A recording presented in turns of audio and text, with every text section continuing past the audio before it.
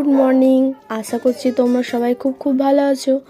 আমিও খুব ভালো আছি। তো দিনটা ছিল পৈতের দিন। পৈতের দিনে কী খাইছিল সেগুলোই আজকে তোমাদের সাথে শেয়ার করব। তো এখানে দিদি, বুনঝি, বুনি সবাইকে একটু দেখিয়ে দিচ্ছিলাম। তো দেখো, প্রথমেই চলে এসেছিলো মেনু কার্ড। তো মেনু কার্ডে কী ছিল তোমরা দেখে নিও। তো এখানে খাবারের জন্য আমরা ওয়েট করছিলাম।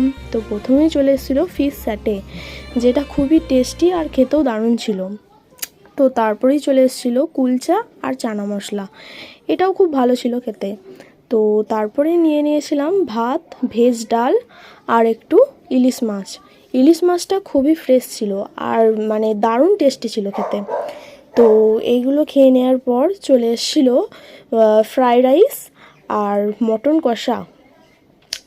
কষা যেহেতু আমি খাই না, তো বুনির প্লেট থেকেই একটু ভিডিওটা করে নিচ্ছিলাম। তারপরে আমি নিয়েছিলাম ছানার